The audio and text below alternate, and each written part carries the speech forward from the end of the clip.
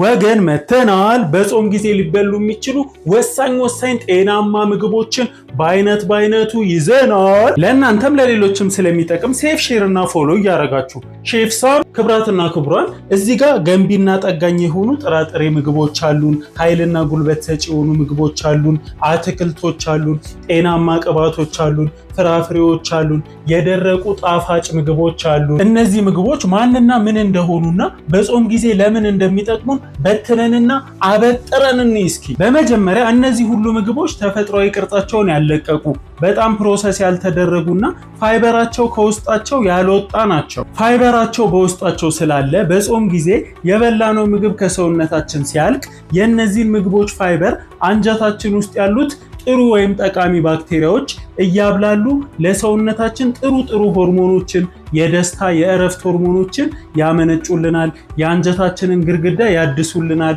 ስለዚህ በጾም ወቅት እነዚህ ፋይበር የበዛባቸው ፋይበር ያላቸው ምግቦች በጣም ጠቃሚ ናቸው። ምግቦቹን እስኪ በቡድን እያደረግን እናያቸው። ይሄኛው ቡድን የጥራጥሬ ቡድን ነው። ቦሎቄ አለ፣ አተር አለ፣ ድፍን ምስር አለ፣ ሽምብራ አለ፣ ባቄላ አለ። እነዚህ ሁላ ተቀቅለው በቲማቲም ሶስ የተቀላቀሉ ናቸው። ይሄኛው ቡድን በጾም ወቅት ከፍተኛ የሆነ የፕሮቲን ወይም የሰውነት ገንቢና ጠጋኝ ምንጫችን ነው። እንደምታዩት ያልተፈተገ ስለሆነ በፋይበር የበለጸገ ነው። በተለያዩ ማዕድኖች፣ ሚኒራሎችና ቫይታሚኖች የበለጸገ ነው። ሁለተኛው ቡድን ላይ ያሉ ምግቦች ደግሞ ድንች፣ ስኳር ድንችና ያልተፈተገ የአጃ ቅንጬ ናቸው። እነዚህ ምግቦች ለሰውነታችን ኃይል፣ ጉልበትና ሙቀት የሚሰጡ ምግቦች ናቸው። ከሌሎች ቀላል ኃይልና ጉልበት ሰጪ ምግቦች የሚለያቸው ምንድነው? ቶሎ የማይፈጩ ምግቦች ናቸው። ስንመገባቸው የደም ስኳር መጠናችንን ከፍ አያረጉትም። በዛ ላይ ደግሞ ለረጅም ጊዜ የሚቆይ ኃይል ነው ለሰውነታችን የሚሰጡት። ስለዚህ ለሰውነታችን ቀስ እያሉ ለረጅም ጊዜ የሚነዱ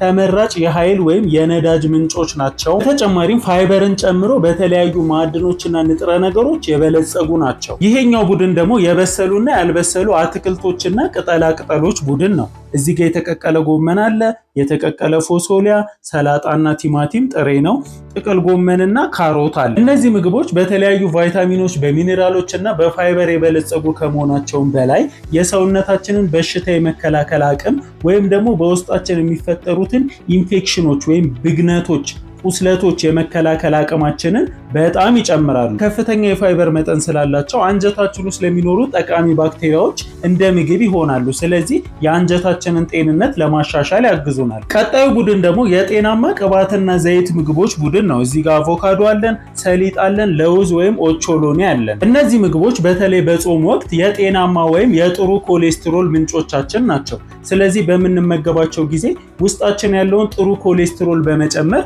መጥፎ ኮሌስትሮል ደግሞ እንዲቀንስ ያደርጋሉ። በተጨማሪም ሰውነታችን ከነዚህና ከሌሎች ምግቦች የሚያገኛቸውን ቫይታሚኖች፣ ማዕድኖችና ንጥረ ነገሮች ሰውነታችን በደንብ መጥቶ እንዲጠቀም ወይም አብዞርብ እንዲያደርግ ወደ ውስጣችን እንዲገባ ያግዙናል። ሆርሞኖቻችን በትክክለኛ መጠን እንዲመረቱና ሰውነታችን ውስጥ የሚፈጠረው ብግነት ወይም ቁስለትም እንዲቀንስ ያደርጋሉ። በተጨማሪም ለሰውነታችን ከፍተኛ የሆነ ኃይል፣ ነዳጅ ወይም ካሎሪ ምንጮች ናቸው። ይሄኛው ቡድን ደግሞ የፍራፍሬዎች ቡድን ነው። ብርቱካን አለ፣ ፓፓያ አለ፣ ፖም ወይም አፕል አለ፣ እንጆሪ አለ፣ ሙዝ፣ ዘይቱን፣ ሐብሐብ። እነዚህ ፍራፍሬዎች በተለያዩ ማዕድኖች፣ ቫይታሚኖች እና ፋይበር የበለጸጉ ናቸው። በዛም ላይ ደግሞ የደም ግፊትና ኮሌስትሮላችን አሪፍ እንዲሆን ያደርጋሉ። በዛ ላይ የሰውነታችንን በሽታ የመከላከል አቅም ይጨምራሉ። ይሄኛው ቡድን ደግሞ የተፈጥሯዊ ጣፋጮች ወይም የደረቁ ፍራፍሬዎች ቡድን ነው። እዚህ ጋር ቴምር አለን፣ እዚህ ጋር ደግሞ ዘቢብ አለ። እነዚህ ምግቦች የጣፋጭ ምግቦች አምሮታችንን ወይም ፍላጎታችንን እንድንቆጣጠርና እንድንገታ ያደርጉናል። በተጨማሪም በፋይበር፣ በአንቲኦክሲደንት እና በሌሎች ማዕድኖች የበለጸጉ ስለሆኑ